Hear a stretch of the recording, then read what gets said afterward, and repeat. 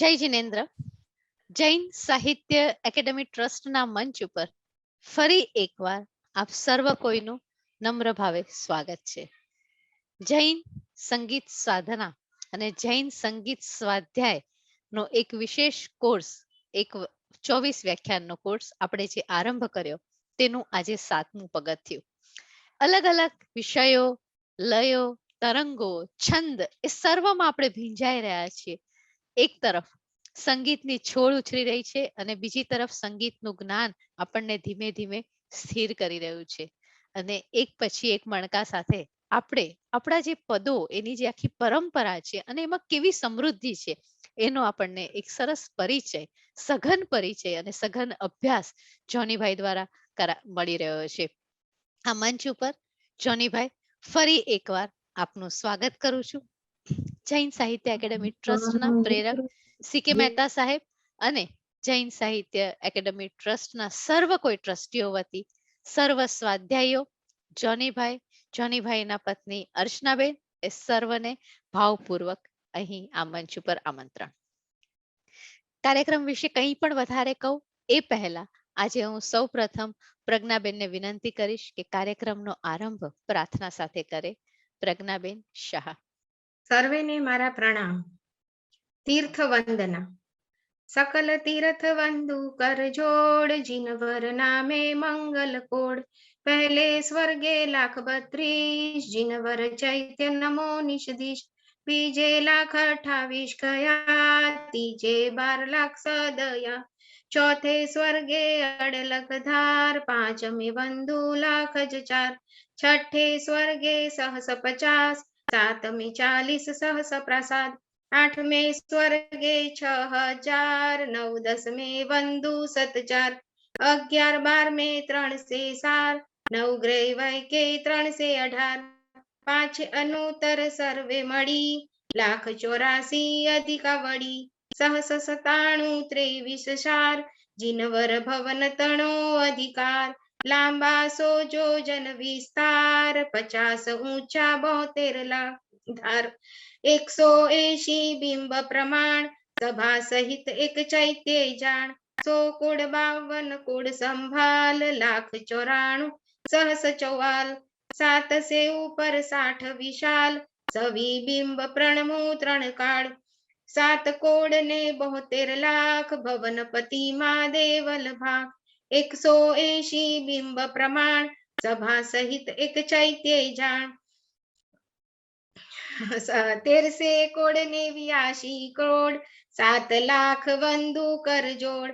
32 ને 59 તીર્છા લોકમાં ચૈત્યનો પાઠ.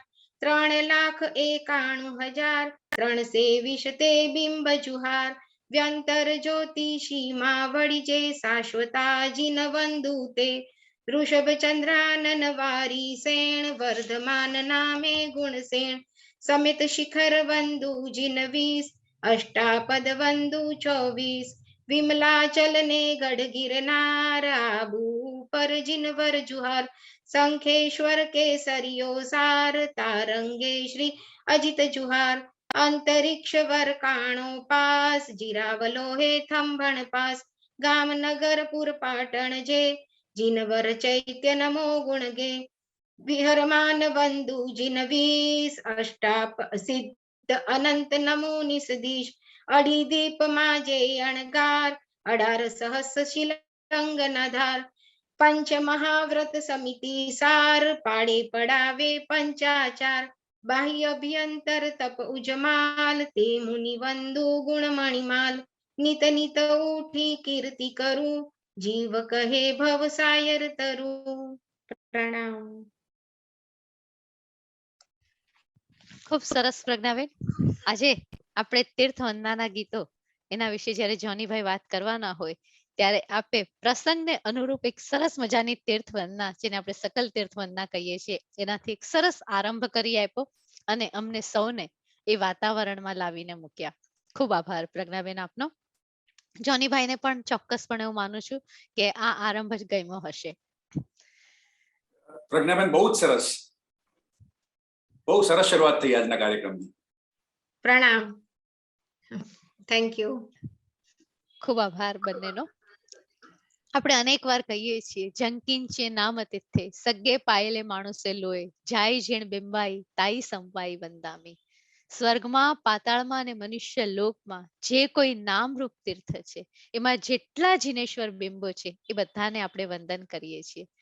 આપણી પાસે એક તરફ લિપિબદ્ધ સાહિત્ય છે અને બીજી તરફ શિલ્પ સાહિત્ય છે અને ખરા અર્થમાં તો એ દરેક ધર્મ અને સંસ્કૃતિની જીવાદોરી સમાન છે. વિવિધ ભાષાનું લિપિબદ્ધ સાહિત્ય આપણને ભલે વારસામાં પૂરેપૂરું નથી મળ્યું કારણ કે કાળના કેટલીક એના પર અસર થઈ છે, પરંતુ આપણને જે શિલ્પ મળ્યા છે અને એને જે સ્થાપત્ય મળ્યું છે અને એને જ્યારે ભાવપૂર્વક વંદન કરીએ છીએ ત્યારે એક તરફ એ શિલ્પ અને બીજી તરફ એ ભાવવંદનાના ગીતો અને એનાથી એક આખું જે વાતાવરણ સર્જાય છે ખરા અર્થમાં તો એના માટે કોઈ ભાષા અધૂરી પડે, કોઈ ભાષાનું જ્ઞાન પૂરતું નથી એ ભાવની વાત કરતી વખતે. અને આજે જોનીભાઈ આપણને એવા તીર્થ વંદનાના વિવિધ ગીતો વિશે, વિવિધ પદો વિશે વાત કરવાના છીએ. તીર્થનો ઇતિહાસ જાણવો હોય તો ક્યારેક આપણે સાગરમલજી જૈન પાસે બેસીને સાંભળવો પડે, કારણ કે ખૂબ ભરપૂર એમાં વિવિધતા છે. એનું જે શિલ્પ છે એમાં અનેક પ્રકારની વિવિધતા છે અને આપણે જૈન સાહિત્યનો 1 વર્ષીય કાર્યક્રમ જ્યારે કોર્સ કર્યો હતો ત્યારે આપણે સર્વે એ શિલ્પ સ્થાપત્ય વિશે થોડી ઘણી માહિતી મેળવવાનો પ્રયત્ન કર્યો હતો. પરંતુ એ શિલ્પ સ્થાપત્યને જોઈને એ ભાવ એમાં ઉમેરાય અને ત્યારે જે કેટલાક ગીતો લખાય, ત્યારે જે કેટલાક પદો લખાય, ત્યારે જે કેટલીક સ્તુતિઓ લખાય, એના રાગ કેવા છે, એ કયા સમયમાં કયા પ્રકારની વંદના થઈ અને એ પદ દ્વારા એ તીર્થ કઈ રીતે જીવંત બન્યું, એવી અઢળક વાતો આજે જોનીભાઈ આપણી સાથે કરવાના છીએ. જોનીભાઈ, ફરી એક વાર આ મંચ ઉપર હું આપનું સ્વાગત કરું છું અને તમારા અને સ્વાધ્યાયીઓ વચ્ચે વધારે નડતર ન બનતા હું મારી જાતને અહીંયાથી ખસાવી લઉં છું અને આપને હવે વિનંતી કરું છું કે આજના વ્યાખ્યાનનો આપ આરંભ કરો. જોનીભાઈ શાહ. પ્રણામ. જય જિનેન્દ્ર. સેજલબેન, તમે નડતર નથી, ચણતર છો આ જૈન સ્વાધ્યાય, સંગીત સ્વાધ્યાયમાં. પ્રજ્ઞાબેન બહુ જ સરસ શરૂઆત કરી. તીર્થ આજનો વિષય છે ને, હું બહુ ઉત્સાહિત છું આજે, કારણ કે આજનો વિષય મારો પ્રિય વિષય છે. એના 2-3 કારણો છે. મને ઇતિહાસમાં રસ છે, રુચિ છે. હું ઇતિહાસનો વિદ્યાર્થી છું અને આપણા તીર્થોએ આપણો ઇતિહાસ સાચવ્યો છે. ઘણી બધી ઐતિહાસિક માહિતી આપણા તીર્થો દ્વારા આપણને મળે છે. એ એક કારણ છે. બીજું, મને પ્રવાસનો પણ એટલો જ શોખ છે ને એનું કારણ બાળપણમાં મારા જે બા હતા એમને લઈને મારા મમ્મી પપ્પા, મારા કાકા કાકી, અમે બધા સાથે વર્ષમાં 2 વાર પ્રવાસે જતા, ખાસ કરીને તીર્થ યાત્રાઓ કરતા, સમર વેકેશન અને ક્રિસમસ વેકેશન. તો એને કારણે પણ એક પ્રવાસનો શોખ ડેવલપ થયો, એટલે પણ મને તીર્થ વંદના વિશે વાત કરવી ગમશે. અને એ ઉપરાંત મેં કહ્યું એમ એક કૌટુંબિક ભાવના વિકસે છે, એક ફેમિલી બોન્ડિંગ બન્યું હોય અમારા કુટુંબમાં, તો એમાં તીર્થ પ્રવાસો, તીર્થ યાત્રાઓએ બહુ જ મહત્વનો ભાગ ભજવ્યો છે. તો આ કારણે આજનો વિષય મારો પ્રિય વિષય છે. પણ એ શરૂ કરું એ પહેલા ગયા વખતે એક પ્રશ્ન આવ્યો હતો જેનો ઉત્તર મેં બહુ ટૂંકાણમાં આપેલો, પણ એનો ઉત્તર આજે અમારે આપવો છે. ગયા લેક્ચરમાં આપણે ગયા સ્વાધ્યાય વખતે આપણે વાત કરી હતી 6 મુખ્ય રાગ અને 36 રાગિણી વિશે. અને છેલ્લે પ્રશ્નોત્તરીમાં કોકે પ્રશ્ન કર્યો હતો કે ભાઈ એ રાગિણીઓ કઈ કઈ છે. તો હીરસુરી રાસમાં ઋષભદાસ કવિએ જે 6 રાગ ને 36 રાગિણીની વાત કરી છે, એ ખાલી એનો ઉલ્લેખ કરી દઉં. તો શ્રી રાગ મુખ્ય રાગ છે. એની રાગિણીઓ છે ગોડી, માલવ કૌશકી, કાલહરો, પૂર્વી, મધુમાધવી અને કેદાર. પછી પંચમ રાગ એ મુખ્ય રાગ છે. એની રાગિણીઓ છે હુસેની, કામરૂ, ઋષભ, મારુ, ધનાશ્રી અને ધોરણી. હવે આ જે ઋષભ શબ્દ છે ત્યાં મને થોડોક ડાઉટ છે, કારણ કે પંક્તિમાં એ ઋષભ શબ્દ આવે છે, પણ કદાચ એ ઋષભદાસ કવિ માટે હોય, પોતાના માટે. હવે એ પંક્તિમાં જે બીજા 2 શબ્દો છે એ પણ કોઈ રાગના નામ હોય એવું મને ખ્યાલ નથી, તો એ મારે સંશોધનનો એક વિષય છે. પણ અત્યારે આપણે ઋષભ છંદ આવે છે, પણ અત્યારે આપણે એને રાગ તરીકે હમણાં તો ગણીએ. પછી નટ્ટ રાગ, તો એની જે રાગિણીઓ છે એમાં ટોડી, સિંધુ, તુંબિકા, ગંધારી, મલ્હાર અને ભૂપાલ. મેઘ રાગ, એની રાગિણીઓ છે આશાવરી, સામેરી, કલ્યાણ, દીપક, ખંભાયતી, વૈરાડી. વસંત રાગ, એની રાગિણીઓ છે ગુડગીરી, પટમંજરી, રામગીરી, હિંડોલ, દેશાખી, સારંગ. અને ભૈરવ રાગ, એની રાગિણીઓ છે પરભાતી, વેલાઓલી, કર્ણાટીય, લલિત, જયતસિરી અને ગુર્જરી. આમાંથી ઘણી બધી રાગિણીઓના નામ મેં પણ આ રાસને દ્વારા જ પહેલી વાર વાંચ્યા, કારણ કે આ બધા અત્યારે હવે પ્રચલિત નથી. પણ ઋષભદાસ કવિના જમાનામાં આ રાગ રાગિણીઓની પદ્ધતિ હશે એવું અનુમાન કરી શકાય. હવે આજના વિષય પર જઈએ. તીર્થ વંદના. સવારે જે રાઈ પ્રતિક્રમણ આપણે કરીએ છીએ અને એમાં સકલ તીર્થની પ્રાર્થના જે પ્રજ્ઞાબેને ગાઈ, તો મને પણ થાય છે કે 2-3 કડી હું પણ ગાઉં, કારણ કે મને મારું બાળપણ યાદ આવી ગયું. જ્યારે પર્યુષણમાં સવારના પ્રતિક્રમણો કરતા હોઈએ અને સમૂહમાં જ્યારે બધા આ ગાય, ત્યારે એ જે આખો દિવસ પછી સુધરી જાય તમારો, એવું અદ્ભુત વાતાવરણ રચાય. હું ખાલી 4 પંક્તિ જ ગાઈશ. सकल तीर्थ बंधु कर जोड़, जिनवर नामे मंगल कोड, पहले स्वर्गे 132, जिनवर चैत्य नमो निषदीश, समित शिखर बंधु जिनवीश, अष्टापद बंधु 24, विमला चलते गढ़ गिरनार, आबू ऊपर जिनवर जुहार, शंखेश्वर केसरियो सार, तारंगे श्री अजित जुहार, अंतरी कवर काणो पास, जिरावलो ने थंभण पास, गामनगरपुर पाटण जे, जिनवर चैत्य नमो गुण गे, विहरमान बंधु जिनवीश, सिद्ध अनंत नमो निषदीश. તો પ્રજ્ઞાબેને ઓલરેડી શરૂઆત કરી દીધી છે. થંભણ પાર્શ્વનાથને પણ વંદન કરી દઉં, કારણ કે મારું ગામ છે, માતૃભૂમિ છે મારી. આપણે ત્યાં જે તીર્થ સાહિત્ય છે એમાં ગદ્ય અને પદ્ય બંને મળે છે. પદ્ય એમાં જે ગેય કાવ્ય ફોર્મ છે, કવિતાઓ છે, એમાં સ્તવન, સ્તુતિ, ધૂન, પૂજા, દુહા, તીર્થમાલા, ચૈત્ય પરિપાટી જેવી રચનાઓ આપણને જોવા મળે છે. શત્રુંજય તીર્થનો મહિમા તો ખૂબ જ છે. હા, આજે હું કયા તીર્થની વાત કરવાનો છું એ પણ પહેલા કહી દઉં. શત્રુંજયની વાત કરું એ પહેલા, જ્યારે હું એ સ્તવનો વિચારતો હતો અને શું વાત કરવી એનું પ્લાનિંગ કરતો હતો, તો અચાનક જે 4 તીર્થો મારા મનમાં આવ્યા, એમાં મેં પહેલા કંઈ લોજિકલી બેસાડ્યું નહોતું, પણ એ 4 તીર્થો, જેમ કે શત્રુંજય વિશે આપણે લઈશું, પછી કાંગડા તીર્થ વિશે વાત કરીશું, પછી રાણકપુર વિશે જો સમય હશે તો વાત કરીશું, અને આબુ દેલવાડા વિશે વાત કરીશું. અને અચાનક મને થયું કે આ 4ના જે મૂળ નાયક ભગવાન છે આદિનાથ ભગવાન છે. હવે આ કેવો યોગાનો યોગ છે, કારણ કે સંગીત, આપણા જૈન સંગીત કે સંગીતની ઉત્પત્તિ પણ આપણે આદિનાથ ભગવાન સાથે જોડીએ છીએ, કલાની ઉત્પત્તિ. તો આ યોગાનો યોગ રચાયો છે આજે, અને આપણે એ 4 તીર્થો વિશે વાત કરી. પણ શત્રુંજયનો મહિમા સૌથી વધુ છે, એટલે સૌ પ્રથમ આપણે શત્રુંજય વિશે જ વાત કરીએ. શત્રુંજય તીર્થની પણ જે રચનાઓ મેં લીધી છે એ બહુ જાણીતી લીધી છે. બાકીના તીર્થો વિશેની જે રચનાઓ છે એ થોડીક અપ્રચલિત પણ હોઈ શકે. સૌ પ્રથમ આપણે ત્યાં 99 પ્રકારની પૂજા આવે છે, જેમાં શત્રુંજય વિશેનો એનો મહિમા આવે છે. વીર વિજયજીની પૂજા છે 99 પ્રકારની પૂજા, એની બીજી ઢાળ. એમાંથી 2-3 કડી લઈશું.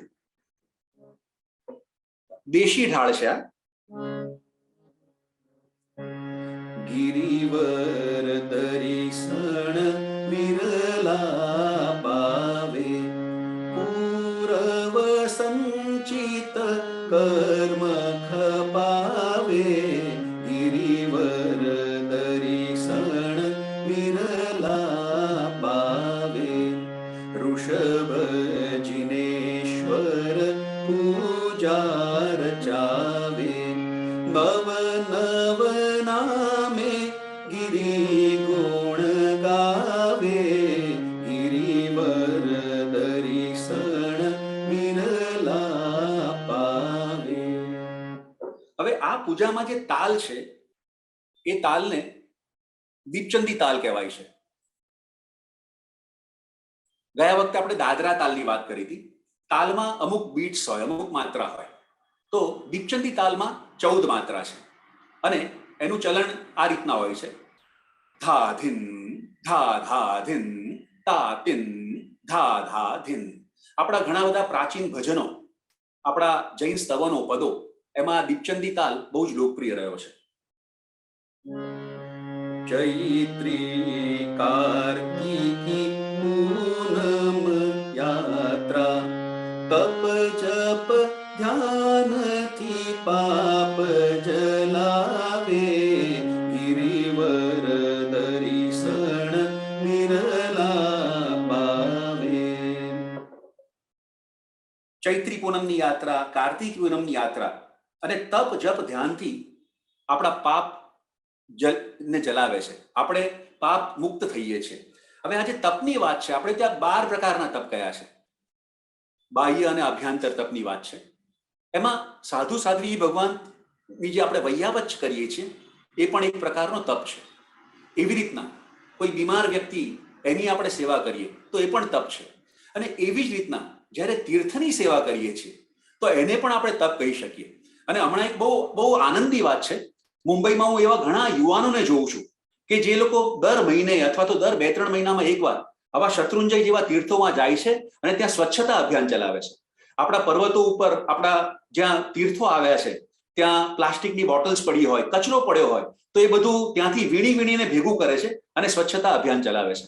આ વાત એટલા માટે કરું છું, આમ તો આપણો સ્વાધ્યાય સંગીતનો છે, પરંતુ સંગીત સાથે સ્વચ્છતા જોડાયેલી જ છે, કારણ કે સંગીત એ પણ પવિત્રતાનું પ્રતીક છે અને આપણે તો કહીએ છીએ કે ક્લીનલીનેસ ઇઝ ગોડલીનેસ। તો આ ખરેખર અનુમોદના જેવું એક કાર્ય થઈ રહ્યું છે યુવાનો દ્વારા। એ નાનકડી વાત કરીને આગળ વધીએ। વૃષભસેન જીન આદે અસંખ્યા તીર્થંકર મુક્તિ સુખ પાવે गिरिवर दर्शन विरला पावे शिव वरवा मंडप ये गिरि श्री शुभ वीर वचन रस गावे गिरिवर दर्शन विरला पावे। तो आ पूजा थई। હવે આ જ પૂજામાં કેટલાક દુહાઓ રચ્યા છે। એ દુહાઓ પણ એટલા બધા લોકપ્રિય થયા છે આપણે ત્યાં કે ઘણીવાર આપણે જે ચૈત્યવંદન કરીએ એમાં સ્તવન અને સ્તુતિ તો બોલીએ જ છે, પણ શરૂઆતમાં જે ચૈત્યવંદન ગવાય છે એમાં પણ 4-1 દુહા આપણે ગાઈએ છીએ। એ ઉપરાંત જ્યારે પટના દર્શન કરતા હોઈએ અથવા તો 21 ખમાસણા દઈએ છીએ તો એમાં પણ આ જ દુહાઓનું ગાન કરીએ છીએ। તો એક જ દુહો આપણે લઈશું એક એક્ઝામ્પલ તરીકે ટ્રેડિશનલ રાગમાં। જ્યારે ખમાસણો દેતા પહેલા આપણે દુહો ગાઈએ। શેત્રુંજી નદી નાઈને મુખ બાંધી મુખ કોશ દેવયુગાદી પૂજીએ આણી મન સંતોષ ઈચ્છામી ખમાસમણ વંદ્યું જાવણી જાય સિંહ આય મથેણ બંદામી। આ એક દેરાસરમાં જ્યારે આ 21 ખમાસણા દેવાતા હોય પટ આગળ અને જ્યારે સમૂહમાં ગવાતું હોય, ગાન થતા હોય આ દુહાઓનો, તો એક અદ્ભુત વાતાવરણ રચાય છે, ખૂબ પવિત્ર વાતાવરણ રચાય છે। હવે જેમ આપણે વીર વિજયજીની 99 પ્રકારની પૂજાની વાત કરી એવી રીતના પંડિત શ્રી પદ્મ વિજયજીએ પણ 99 યાત્રા પૂજા રચી છે અને તેનું બીજું નામ છે 99 અભિષેકની પૂજા। હમણાં જે મેં દુહો ગાયો શેત્રુંજી નદી નાઈને, એના ઉપરથી એક વાત મને યાદ આવે છે કે છેલ્લા કેટલાક સમયથી, કેટલાક વર્ષોથી પાલિતાણામાં શત્રુંજીના તટ પર આરતી થાય છે। જેમ હરિદ્વારમાં ગંગા આરતીનું મહત્વ છે, જેમ બનારસમાં ગંગા આરતીનું મહત્વ છે, એમ આપણે ત્યાં હમણાં થોડાક વર્ષોથી આ આરતીનો કાર્યક્રમ પણ શરૂ થયો છે। અને એટલે એ દર્શાવે છે કે આપણે હંમેશા છે ને વી હેવ ઓલવેઝ રિમેન્ડ ઓપન।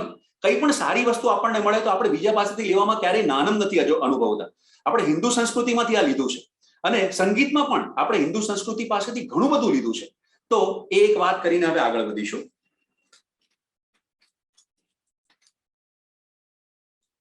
ધૂન, શ્રી સિદ્ધગીરીની ધૂન। આમ તો ધૂન નોર્મલી એમાં શબ્દો ઓછા હોય, પંક્તિઓ ઓછી હોય, પણ ઘણીવાર જ્યારે ધૂન બહુ લાંબી ચાલે તો લોકો ધીમે ધીમે એમાં પંક્તિઓ એડ કરતા જાય, એમ કરીને લાંબી ધૂન થતી જાય। પણ આપણે અત્યારે એક જ પંક્તિ લઈશું એની, અને આ બહુ કોમન રાગ છે, આપણે ત્યાં પોપ્યુલર રાગ છે, રઘુપતિ રાઘવ રાજારામ। સિદ્ધગીરી સ્વામી આદિ જીણં કાપો અમારા ભવના ફંદ। સિદ્ધગીરી સ્વામી આદિ જીણં કાપો અમારા ભવ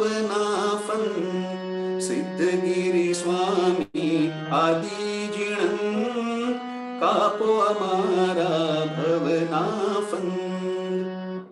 પછી આપણે ઓલરેડી ધૂન કેવી રીતે ગાવી એ વિશે બીજા લેક્ચરમાં વાત કરી ચૂક્યા છે, તો એમાં ડિટેલમાં નહીં જઈએ.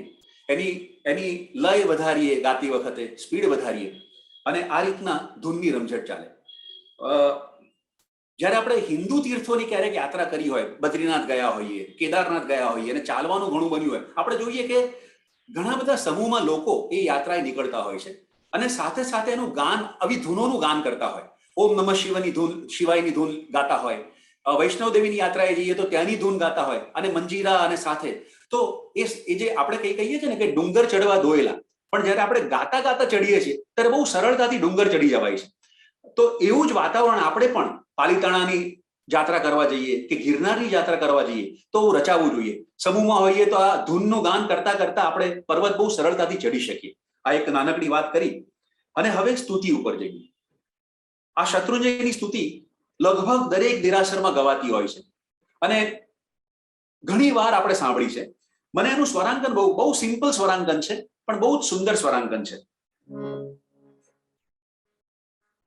શ્રી શત્રુંજય તીર્થ સાર, ગિરિવરમાં જેમ મેરુદાર, ઠાકોર રામ પાર, મંત્ર માહે નવ કારજ જાણું, તારામાં જેમ ચંદ્ર વખાણું, જળધર જળમાં જાણું, પંખીમાં જેમ ઉત્તમ હંસ, કુળમાં હે જેમ રીખવનો વંશ, નાભિતણો એ અંશ, ક્ષમાવંતમાં શ્રી હરિહંત, તપશુરામાં મહામુનિવંત, શત્રુંજય ગિરી ગુણવંત. આ બધા પ્રકારો આપણે એટલા પ્રચલિત છે કે એના વિશે હું વધારે વાત નથી કરી રહ્યો, ખાલી એક દ્રષ્ટાંત આપી રહ્યો છું. હવે સિદ્ધાચલજીનું સ્તવન. આ સ્તવન પણ મેં એવું લીધું છે કે જે આપણે ત્યાં બહુ જ લોકપ્રિય છે, પરંતુ એમાં આપણે થોડીક ટેકનિકલી સંગીતની દ્રષ્ટિએ પણ વાત કરીશું અને તાલ વિશે વાત કરીશું.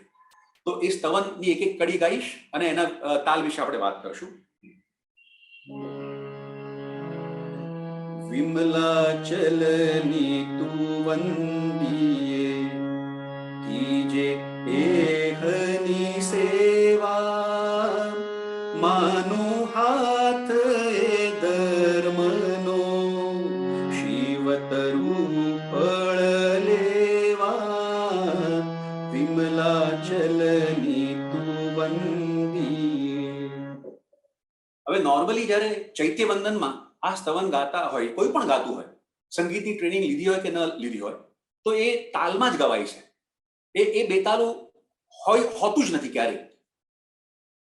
પણ ક્યારેક આ સ્તવન જ્યારે તબલા સાથે ગાવાનું હોય તો એમાં ચાન્સીસ વધી જાય છે બેતાલું જવાનો.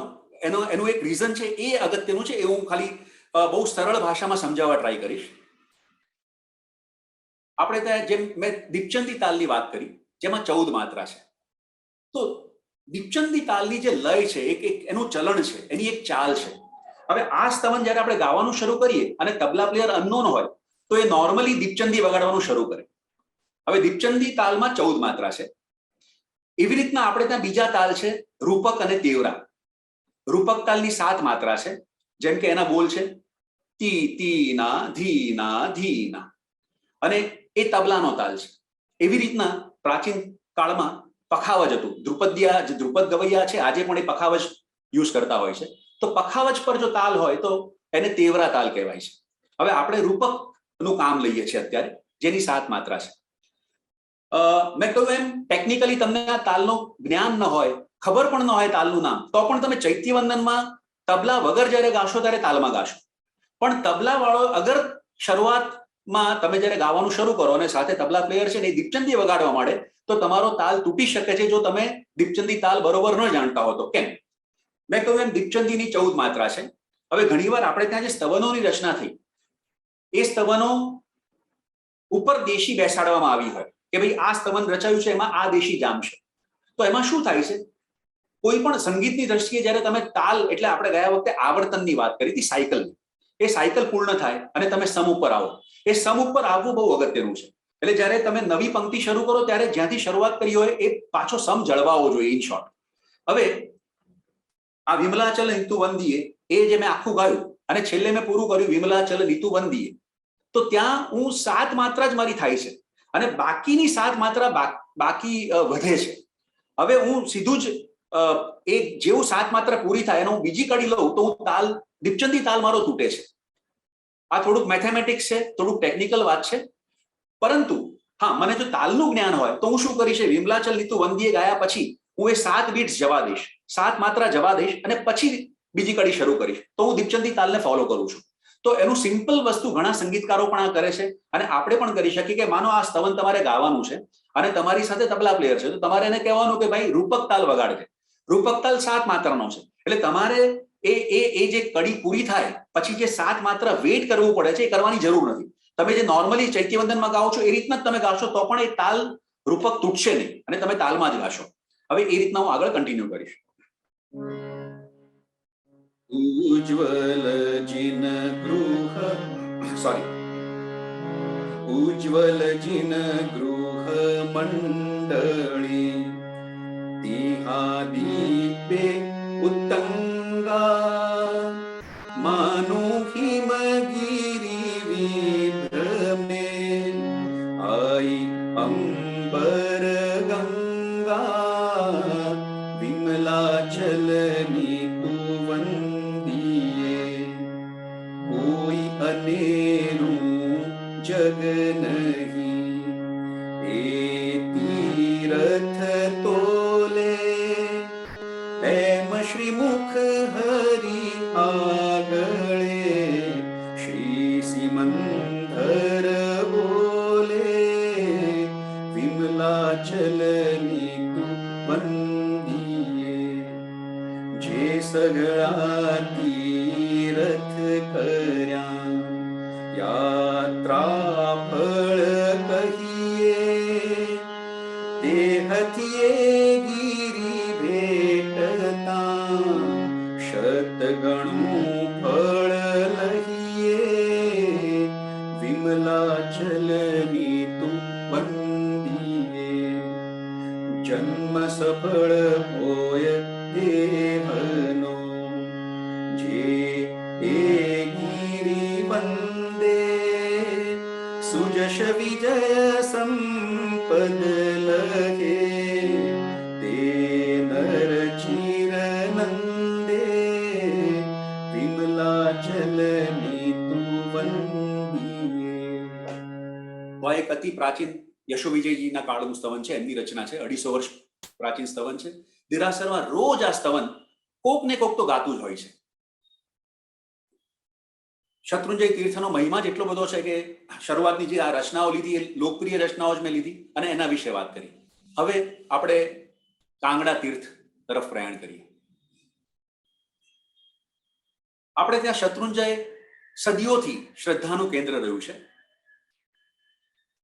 વર્ષો સુધી આપણે કહીએ તો છે કે ભાઈ અષ્ટાપદ હિમાલયમાં છે, પણ આપણે અષ્ટાપદ જોયું નથી, ક્યાં છે ખબર નથી. થોડા સમય પહેલા જંબુવિજયજીએ એવી રજૂઆત કરી હતી, એવું નોંધ્યું હતું કે હિમાલયના અમુક ભાગમાં 8 લેયર્સ છે, તો કદાચ એ અષ્ટાપદ હોઈ શકે, એક અલગ વાત છે. પરંતુ હિમાલયમાં જૈન તીર્થો કેટલા, તો ઘણીવાર આંગળીના વેઢે ગણી શકીએ એટલા નામો પણ આપણને યાદ નહીં હોય. હા, નેપાળને આપણે હિમાલયમાં ગણીએ તો ત્યાં તીર્થ છે.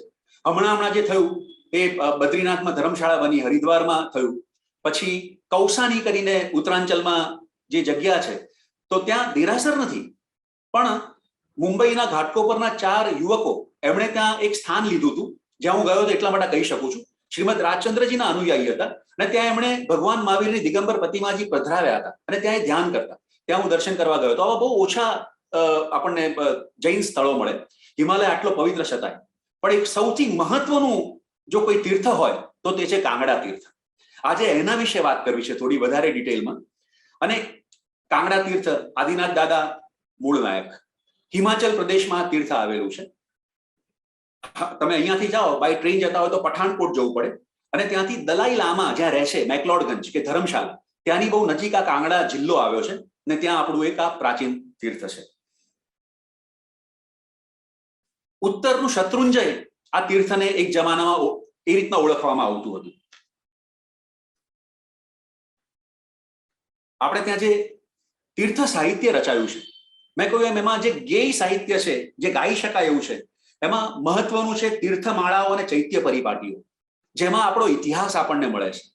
અને તમે ગદ્ય જુઓ તો વિજ્ઞપ્તિ પત્રો, આ પણ બહુ મહત્વનું આપણું સાહિત્ય છે, જેમાં આપણા ઘણો ઇતિહાસ સચવાયેલો છે. શરૂઆતમાં સેજલબેને ડોક્ટર સાગરમલજી જૈનને યાદ કર્યા. એમણે ચૈત્ય પરિપાટી અને આપણી તીર્થમાળાઓ વિશે જે લખ્યું છે કોટેશન મારે આજે રજૂ કરવું છે. શ્વેતાંબર પરંપરામાં અનેક તીર્થમાળાઓ તથા ચૈત્ય પરિપાટીઓ લખાઈ છે, જે તીર્થ સંબંધી સાહિત્યની મહત્વપૂર્ણ અંગ છે. આ તીર્થમાલાઓ અને ચૈત્ય પરિપાટીઓની સંખ્યા લગભગ 100 થી વધુ છે, અને તે 11મી સદીથી લઈને 18મી સદી સુધીમાં લખાઈ છે.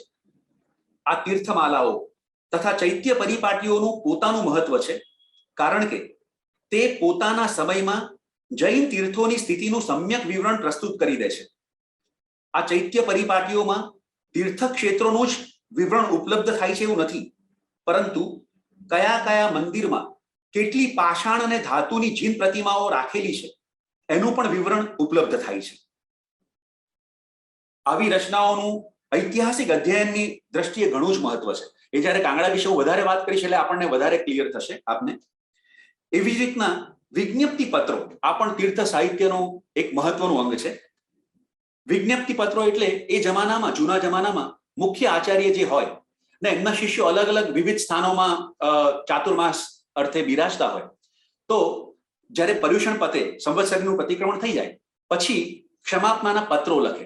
અને એ બહુ વિવિધ પ્રકારના પત્રો હોય, એમાં કલા પણ ઘણી હોય, પેઇન્ટિંગ્સ સરસ હોય, કાવ્ય તત્વ હોય, અને બહુ જ વિદ્વત્તાપૂર્ણ એ પત્રો હોય. એ ત્યાંના શ્રાવકો, ત્યાંનો શ્રી સંઘ પણ એમાં જોડાય અને એ પત્રો દ્વારા મિચ્છામી દુક્કડમ તો પાઠવે જ, પણ સાથે સાથે એ ચાતુર્માસ દરમિયાન શું શું ધાર્મિક કાર્યો થયા એના વિશેનું પણ વિવરણ હોય. ક્યારેક કોઈક સંઘ યાત્રા કરી હોય તો એનું પણ ડિટેલમાં એની માહિતી એ વિજ્ઞપ્તિ પત્રોમાં હોય. તો આ મહત્વનું તીર્થ સાહિત્ય છે. હવે કાંગડાનું એક સ્તવન પહેલા હું ગાઈશ. આચાર્ય વલ્લભ સુરીશ્વરજીની આ રચના છે, અને ગાતા ગાતા વચ્ચે વચ્ચે આપણે પાછી આ સાહિત્ય વિશે વાત કરીશું. પંજાબ કેસરી આચાર્ય વલ્લભ સુરીશ્વરજી ઈસવીસન 1939માં હોશિયારપુરથી સંઘ સાથે કાંગડા પધાર્યા, અને એ નિમિત્તે તેમણે 13 કડીના એક સ્તવનની રચના કરી છે. કેટલીક કડીઓ આપણે જોઈશું.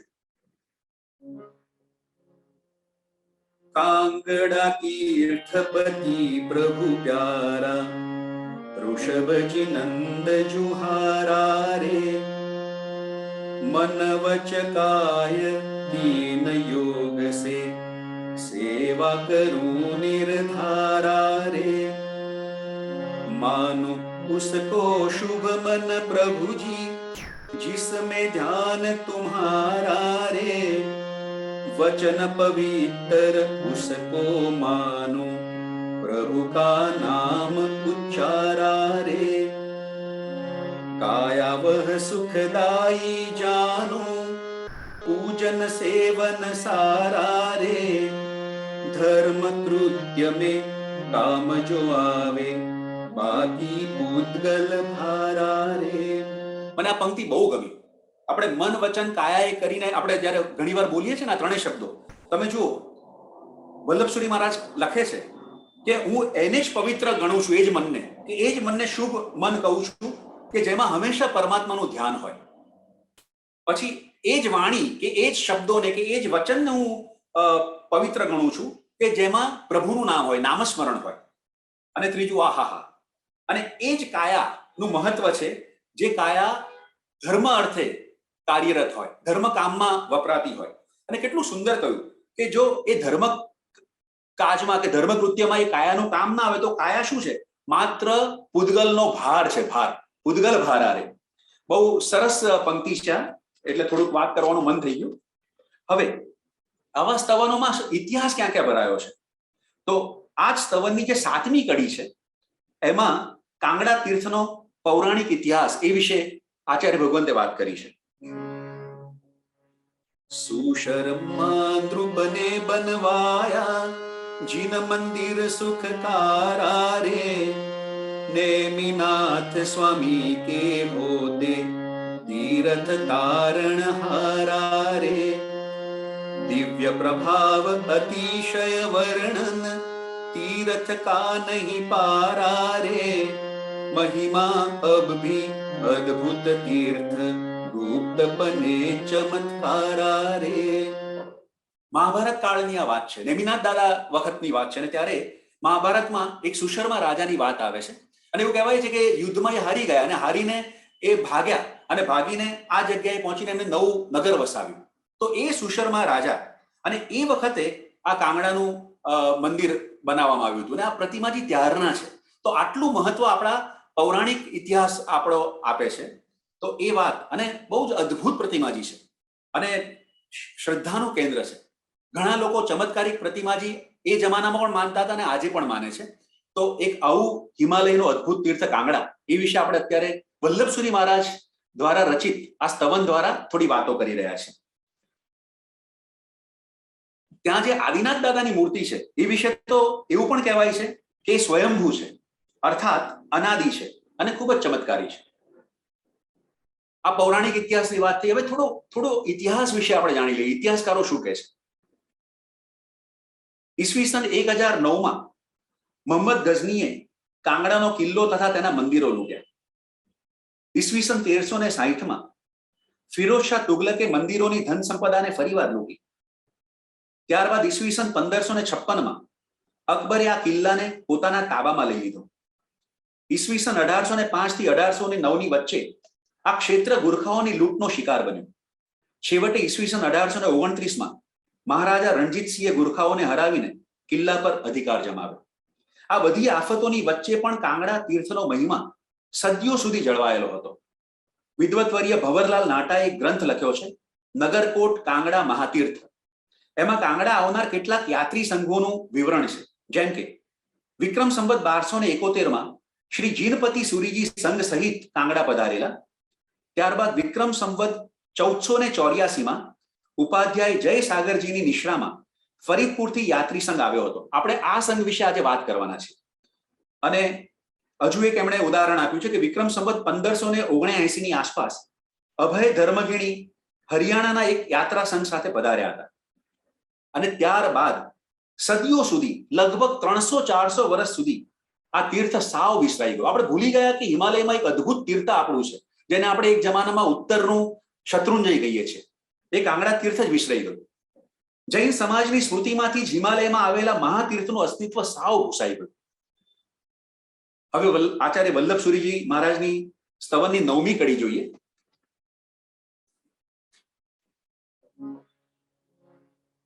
વિજ્ઞપ્તિ ત્રિવેણી પઢકર. આ વિજ્ઞપ્તિ ત્રિવેણી એ નામ ધ્યાનમાં રાખજો. विज्ञप्ति त्रिवेणी पढ़कर जान्या यह अधिकारा रे, होशियार पुरा से दर्शको आया संघ उदारा रे. ઈસવીસન 1916ની સાલ હતી ને આપણા સૌથી પહેલા પદ્મભૂષણ જેને કહી શકીએ સાધુ ભગવંતમાં મુનિ જીન વિજયજી, એમને પાટણના જ્ઞાન ભંડારમાંથી વિજ્ઞપ્તિ ત્રિવેણીની હસ્તલિખિત પ્રત મળી અને તેમણે તેનું સંપાદન કર્યું એ વખતે, જેનું શીર્ષક આપ્યું વિજ્ઞપ્તિ ત્રિવેણી, એક વિસ્તૃત સંસ્કૃત ઐતિહાસિક પત્ર. અને એ પુસ્તક રૂપે ભાવનગરથી જૈન આત્માનંદ સભાએ ઈસવીસન 1916માં પ્રગટ કર્યું. હવે આ વિજ્ઞપ્તિ ત્રિવેણી શું છે? એ એક વિજ્ઞપ્તિ પત્ર છે.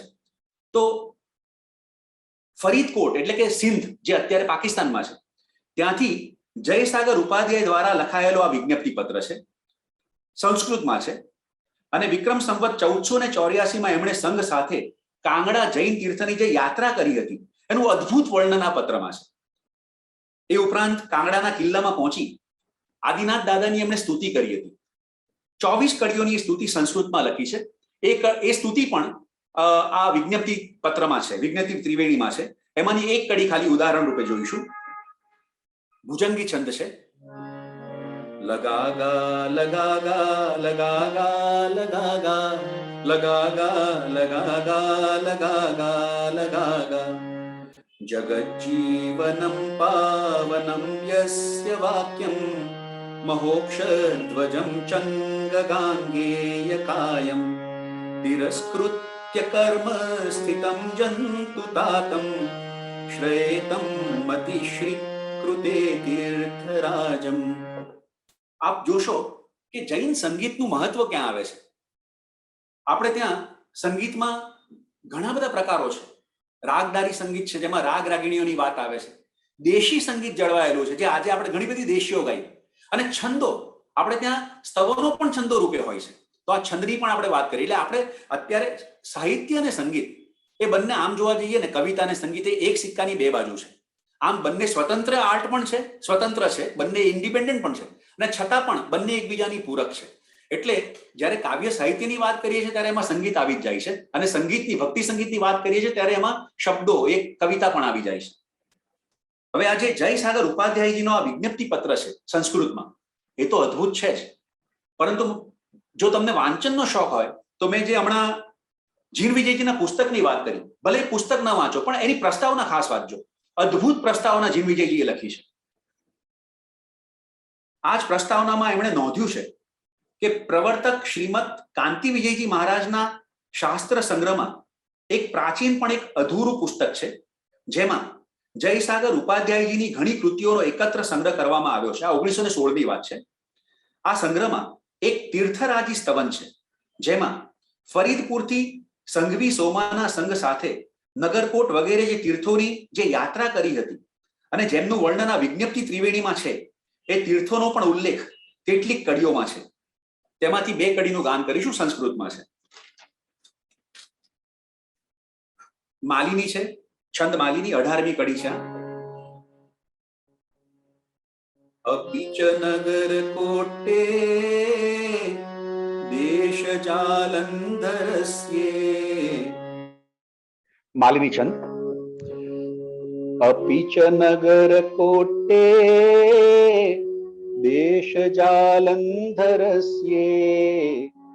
પ્રથમ જીનપ રાજ સ્વર્ણમૂર્તિસ્તુ વીરઃ ખરતર વસતૌ તુ શ્રેયસામ ધામ શાંતિ સ્ત્રયમિદમભિનમ્યા હલાદ ભાવમ ભજામિ. એવી રીતના શાર્દુલ વિક્રીડિત. એતે તેષુ સપાદ લક્ષ્ય ગિરિષુ પ્રત્યક્ષ લક્ષ્યા ખલુ ક્ષેમાએવ મયા ચતુર્વિધ મહા સંઘેન ચાભ્યાર્ચિતા પ્રાયઃ કાંચન કુંભ શોભિત ગુરુ પ્રાસાદ મધ્યસ્થિતા સાંદ્રાનંદ પદમ દિશંતુ મમ તે વિશ્વત્રય સ્વામિના. આ ઉપરાંત જીન વિજયજીને પ્રવર્તક શ્રીમદ કાંતિ વિજયજીના સંગ્રહમાંથી જયસાગર ઉપાધ્યાયજી રચિત શ્રી નગરકોટ મહાતીર્થ ચૈત્ય પરિપાટી પણ મળી, જેના પ્રમાણે એ વખતે ત્યાં શ્વેતાંબર સંપ્રદાયના જ મોટા મોટા 4 જીન મંદિરો હતા. 1484 વિક્રમ સંવતની આ વાત છે અને એ પ્રાચીન ગુજરાતી ભાષા છે એટલે સમજવામાં થોડી અઘરી પડે, તો માત્ર એક કડી ખાલી રેફરન્સ તરીકે ચૈત્ય પરિપાટીની ગાઈશ. હવે આનો રાગ મને ખબર નહોતો, પણ એમાં વાત આવે છે કે પંજાબ થઈને, જાલંધર થઈને એ આ કાંગડા ગયા હતા. કાંગડા એ વખતે પંજાબમાં કહેવાતું, અત્યારે હિમાચલ પ્રદેશમાં છે. તો મને થયું કે ભાંગડા કે એ પંજાબી ટ્યુનમાં કેમ કમ્પોઝ ના થાય, તો એ નાનકડું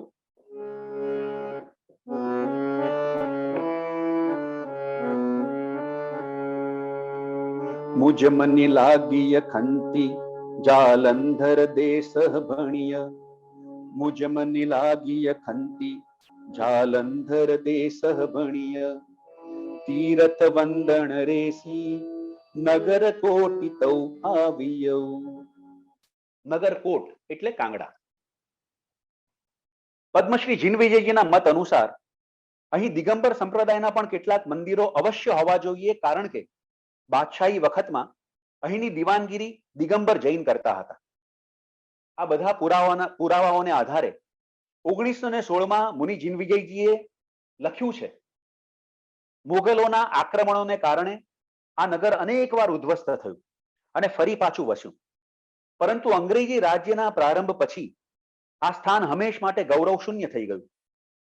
વર્તમાન સમયમાં, એટલે કે 1916ની વાત છે, વર્તમાન સમયમાં નગરકોટ અથવા તો કાંગડામાં એક પણ વ્યક્તિ જૈન નથી. વ્યવસ્થિત હાલતમાં એક પણ જૈન મંદિર નથી. જૈન સમાજ એ જાણતો પણ નથી કે પૂર્વકાળમાં આ સ્થાન આપણું બહુ મોટું તીર્થ હતું.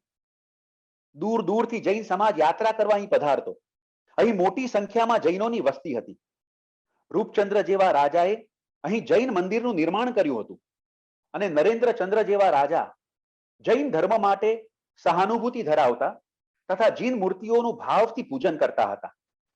ન જાણે આપણા આવા કેટલાય કીર્તિ ચિહ્નો પર અંધકાર અને વિસ્મરણના થર પર થર જમા થઈ ગયા છે. આ મુનિ જિનવિજયજીના શબ્દો છે. પણ મને બહુ આનંદ થાય છે કે આપણે ત્યાં આજે ચૈત્ય પરિપાટીઓ રચાઈ છે, આ તીર્થ વંદનાવલી રચાઈ છે, આ બધા જે તીર્થોના ઐતિહાસિક સ્તવનો રચાયા છે, આ વિજ્ઞપ્તિ પત્રો લખાયા છે, એને કારણે આપણી ધરોહર આજે પણ જીવન છે. અને મુનિ જિનવિજયજી, વલ્લભસુરી મહારાજ, એ બધાને કારણે આપણને આપણું આ કાંગરા તીર્થ, આ હિમાલયનું અતિ પ્રસિદ્ધ અતિ પ્રાચીન તીર્થ આપણને પાછું મળ્યું અને આજે આપણે એની જાત્રા કરી શકીએ છીએ. વલ્લભસુરી મહારાજનું જે સ્તવન છે એને પૂર્ણ કરીને છેલ્લી કડી ગાઈ લો પહેલા. તપ ગચ્છ નાયક વિજયાનંદ સુરી આત્મ રામ આધારા રે. આત્મારામજી મહારાજ સાહેબના શિષ્ય, આત્મકમલ લબ્ધિ એક વાર જો આપણે કહીએ, આત્મવલ્લભ આપણે કહીએ, વલ્લભસુરી મહારાજ.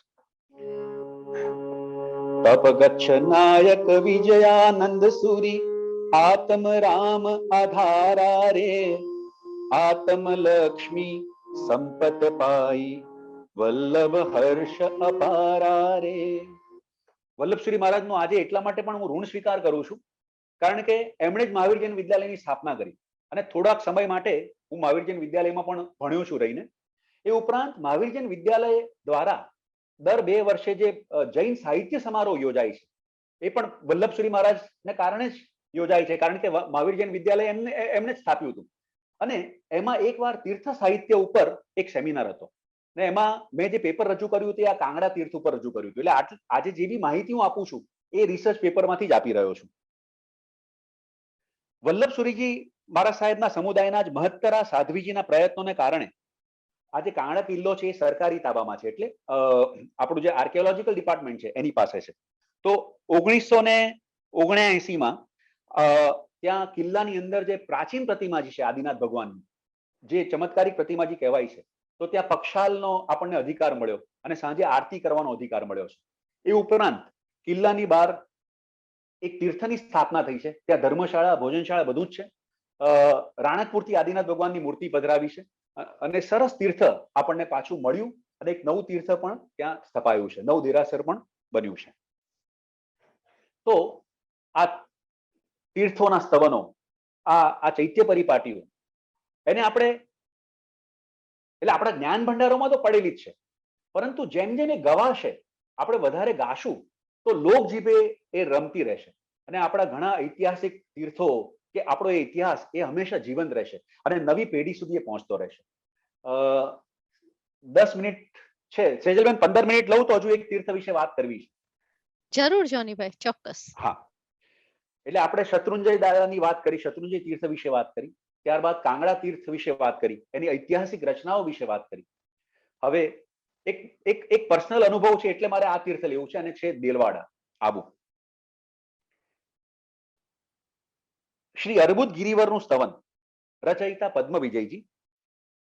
પાલનપુરથી એક સંઘ ગયો હતો વિક્રમ સંવત 1818માં અને ત્યારે એમણે આ સ્તવનની રચના કરી, કારણ કે આ સ્તવનની છેલ્લી કડીઓમાં એમણે આ સંવત મેન્શન કર્યું છે. ચોમાસી દેવવંદન વખતે પણ આ સ્તવન ગવાય છે. વિશ્વભરથી આપણે ત્યાં જે પર્યટકો આવે છે, જૈન હોય, જૈનેતર હોય, ભારતીય હોય કે વિદેશી હોય, એ સૌ પર્યટકો જે અમુક જેમ તાજમહાલ જાય છે એમ દેલવાડા તો અચૂક જતા હોય છે. અને દેલવાડાના દેરાસરો વિશે, એના શિલ્પ સ્થાપત્ય વિશે, આજે સેજલબેને શિલ્પ સ્થાપત્યની જે વાત કરી, તો એ વર્લ્ડ ફેમસ દેરાસરો છે. કેટલું અદ્ભુત કાર્ય થયું છે. અને એનું એક આ ઐતિહાસિક સ્તવન છે પદ્મ વિજયજીએ જે 250 વર્ષ પહેલા રચ્યું છે. હવે સમૂહમાં જ્યારે આ ગવાય છે ત્યારે એની જે દેશી છે, ટ્રેડિશનલ ટ્યુન છે, એ પહેલા હું સંભળાવીશ. એ દેશી છે. એક દિન પુંડરીક ગણધરુ રે લાલ. આ દેશી છે. એટલે આ સ્તવન ઉપર આ દેશી લખાય અને લોકો આ ટ્યુનમાં ગાય. તો એ દેશી પ્રમાણે આ રીતના ગાઈ શકાય. આબુ અચલ રળિયામણો રેલો, દિલવાડે મનોહારુ સુખકારી રે, વાદલીએ જે સ્વર્ગ શુરેલો, દેઉલ દીપે ચાર બલિહારી રે, ભાવ ધરીને ભેટીએ રેલો. તો આ ટ્રેડિશનલ રાગ, આ દેશી રાગ છે. હું બહુ સ્પષ્ટપણે માનું છું કે જ્યારે સમૂહમાં જો ગાવાનું હોય તો લોકો આ દેશીથી પરિચિત છે, તો આ જ દેશીમાં ગવાવું જોઈએ, ગાવું જોઈએ. આ સમૂહ ગાનની વાત છે. પરંતુ અમને એક તક મળી લગભગ 4-5 વર્ષ પહેલા, આચાર્ય સોમચંદ્ર સુરેશ્વરજી મહારાજ સાહેબ અને એમના સંગાડાના બીજા થોડા ઘણા આચાર્યો અને સાધુ ભગવંતો, તો એ આચાર્ય ભગવંતો અચલગઢ હતા અને ત્યાં સૂર્યમંત્રની પીઠિકામાં હતા. એ પીઠિકા, એ સાધના પૂર્ણ કર્યા પછી જે દિવસે પારણું કરવાના હતા, સાધના પૂરી થવાની હતી, તો જે લાભાર્થી હતા એમણે મારા સાહેબની ઈચ્છા હોવાથી અમે 5-6 જણા, અમારું જે ગ્રુપ છે સંગીતનું, ફ્લ્યુટ, સંતૂર, પછી તબલા, હાર્મોનિયમ, આવા ટ્રેડિશનલ વાજિંત્રો લઈને અમને અચલગઢ જવા મળ્યું. હવે ત્યાં સમૂહ ગાન નહોતું, કારણ કે માત્ર થોડા ઘણા સાધુ ભગવંતો હતા, આચાર્ય ભગવંતો હતા, એ પરિવાર હતો જેમણે લાભ લીધો હતો, અને અમે લોકો હતા. તો મારા સાહેબની ઈચ્છા એવી હતી કે કોઈક રાજસ્થાની ફોક ટ્યુનમાં આ ગવાય. એટલે ત્યાં આગળ જે રાગ ગાયો એ વિશે પણ મારે થોડીક વાત કરવી છે. પહેલા એક ઘુમર નૃત્ય છે, અને ઘુમરનું જે ટ્યુન છે એ ટ્રેડિશનલ રાજસ્થાની ટ્યુન છે. હવે એના જો તમે સ્વરો સાંભળો, એટલે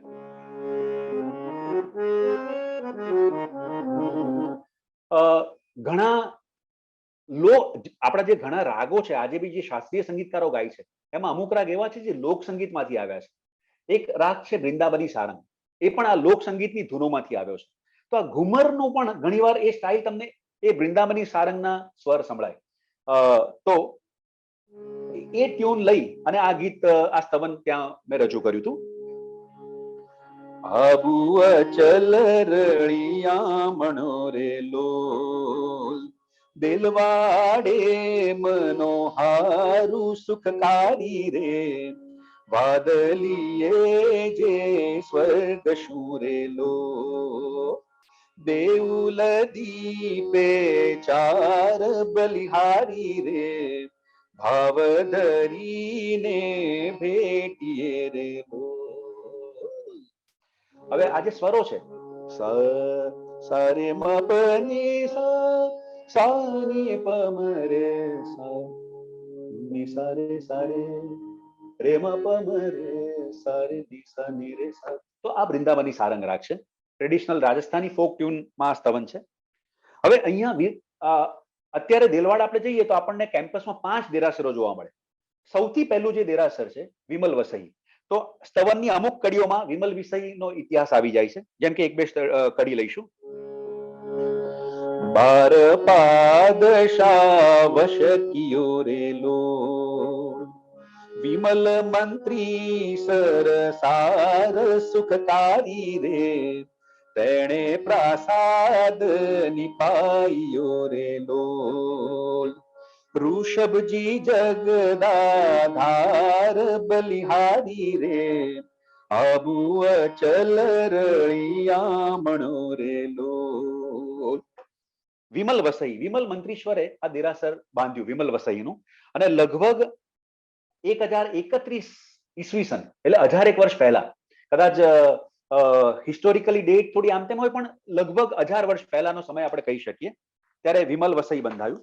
હવે એનો જો ઇતિહાસ છે, એટલે આપણે ત્યાં એવું કહેવાય છે કે જ્યારે વિમલ મંત્રીશ્વરને જગ્યા જોઈતી હતી દેરાસર બાંધવા માટે, તો ત્યાંના જે બ્રાહ્મણ પૂજારીઓ હતા એમણે વિરોધ કર્યો તો વિમલ મંત્રીશ્વરે કીધું કે તમારે કેટલી સોનામોર જોઈએ છે? હું જમીન ઉપર સોનામોર પાથરી દઉં અને જેટલી સોનામોરો પથરાય જમીન પર એટલી જમીન તમારે મને આપવી.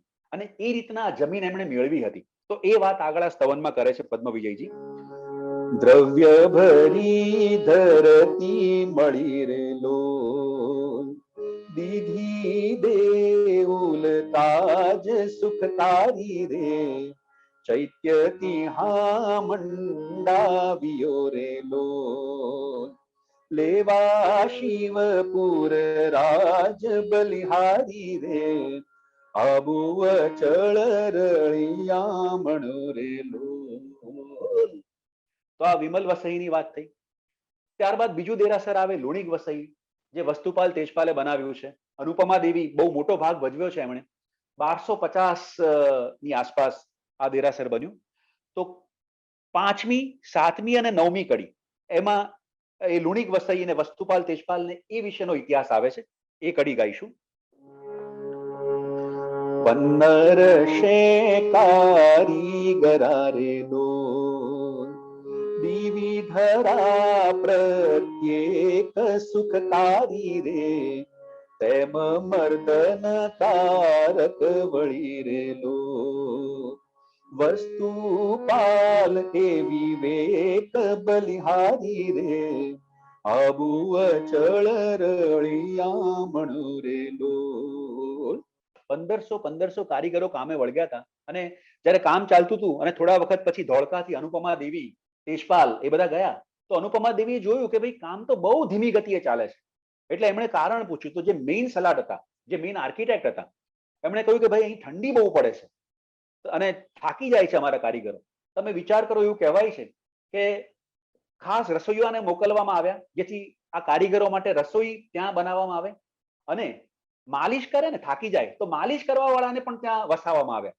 સી આ તીર્થોનો ઇતિહાસ જાણીએ ત્યારે આપણા પણ રૂવાડા ઉભા થઈ જાય. કેટલો રોમાંચકારી ઇતિહાસ છે.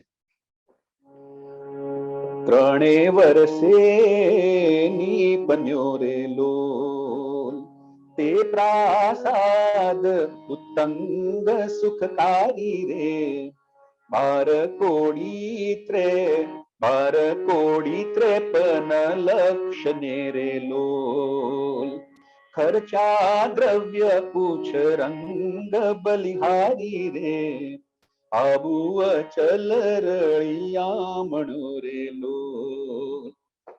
12 કરોડ 53 લાખ. આ ક્યારની વાત છે? 1250, લગભગ 750 વર્ષ પહેલા. ત્યારે આટલા ખર્ચે આ અદ્ભુત દેરાસરો બનાવ્યા છે. કેવા દાનેશ્વરી, કેવા ઉદાર દિલ હશે અનુપમા દેવી, વસ્તુપાલ, તેજપાલ. મૂલ નાયક નેમીશ્વરુ રેલો, જન્મ થકી બ્રહ્મચાર સુખકારી રે, નિજ સત્તારમણી થયા રેલો, ગુણ અનંત આધાર બલિહારી રે, આબુ અચળ રળિયામણો રેલો. તો આ એ ઇતિહાસની પણ વાત આ સ્તવનમાં થઈ. મને બરોબર યાદ છે, ભલે અંગત વાત હોય પણ હું એને ગુરુ કૃપા ગણું છું, પરમાત્માની કૃપા ગણું છું મારા પર, અમારા ઉપર. જયારે અચલગઢમાં આ કાર્યક્રમની અમને તક મળી હતી, ત્યારબાદ સાહેબજીનો વિહાર થયો અને દેલવાડા પધાર્યા. દેલવાડામાં નોર્મલી 5 વાગે એટલે એનો ક્લોઝિંગ ટાઈમ છે, એટલે પછી કોઈને અંદર બધાએ બહાર આવી જવું પડે. હવે આચાર્ય ભગવાનને કારણે અમને સ્પેશિયલ પરમિશન મળી. એ 5 વાગે બધા જ બહાર આવી જાય. પછી 5 થી 5:30 આ દેરાસરમાં ભગવાનની સામે, દેલવાડાના દેરાસરમાં અડધો કલાકની ભક્તિ કરવાની અમને તક મળી. એ જીવનનું એક અમૂલ્ય ઘરેણું, અમૂલ્ય ક્ષણો હતી એ. અને જે મહત્વની વાત છે હવે આવે છે. એમાં સોમચંદ્ર સુરીશ્વરજી મહારાજ સાહેબ, બીજા આચાર્ય ભગવાન તો એમના સંગાડાના એ તો હતા જ.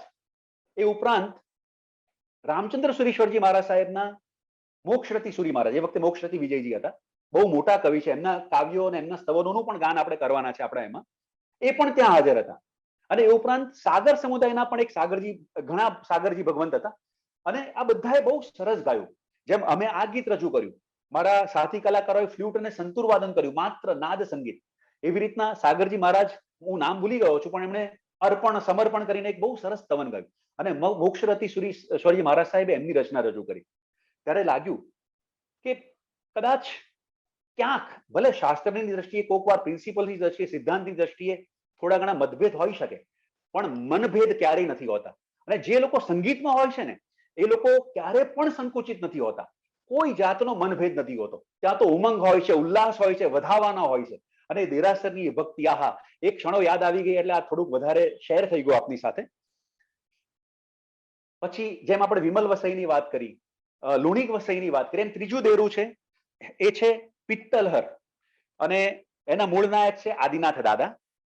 સુલતાન મહમ્મદ શાહ બેગડાના મંત્રી ભીમા શાહ એમણે લગભગ 14મી શતાબ્દીમાં આ દેરાસર બંધાવ્યું હતું. ચોથું દેરું છે પાર્શ્વનાથ ભગવાનનું, ખરતર વસઈ પણ આઈ થિંક એને કહે છે, અને એને સંઘવી માંડલિકે એને પણ 15મી શતાબ્દીમાં બનાવડાવ્યું. ચૌમુખજી છે. જો આ જ સ્તવનની એક પંક્તિ 11મી પંક્તિમાં આ વાત આવે છે. ઋષભ ધાતુ મય દેહ રે રે લોલ 145 બિંબ સુખકારી રે ચૌમુખ ચૈત્ય જુહારીએ રે લોલ મરુધર માં જેમ અંબ બલિહારી રે આબુ અચળ રળિયામણો રે લોલ. હવે જ્યારે મારે આ લેક્ચર રજૂ કરવાનું હતું તો હું થોડુંક ઇતિહાસ વિશે સ્ટડી કરતો હતો અને ગૂગલ કરતો હતો. એટલે આપણને તો એમ જ છે કે જાણે ગૂગલમાં વિકિપીડિયામાં જે પણ માહિતી હોય બધી સાચી જ હોય. હવે ગૂગલમાં એવું લખ્યું છે કે ભાઈ અત્યારે ત્યાં 5 મંદિર છે, અને એમાં જે 5મું મંદિર, ખરેખર 5 દેરાસરો છે, 5 મંદિર છે. એ જે 5મું દેરાસર છે એ મહાવીર સ્વામીનું દેરાસર છે, અને એની સાલ એમણે આપી છે ગૂગલ વિકિપીડિયામાં 1582. હવે મને પ્રશ્ન થયો કે ભાઈ આમાં શરૂઆતમાં તો મહારાજ સાહેબ કહે છે, પદ્મ વિજયજી મહારાજ સાહેબ, કે ત્યાં 4 દેઉલ છે.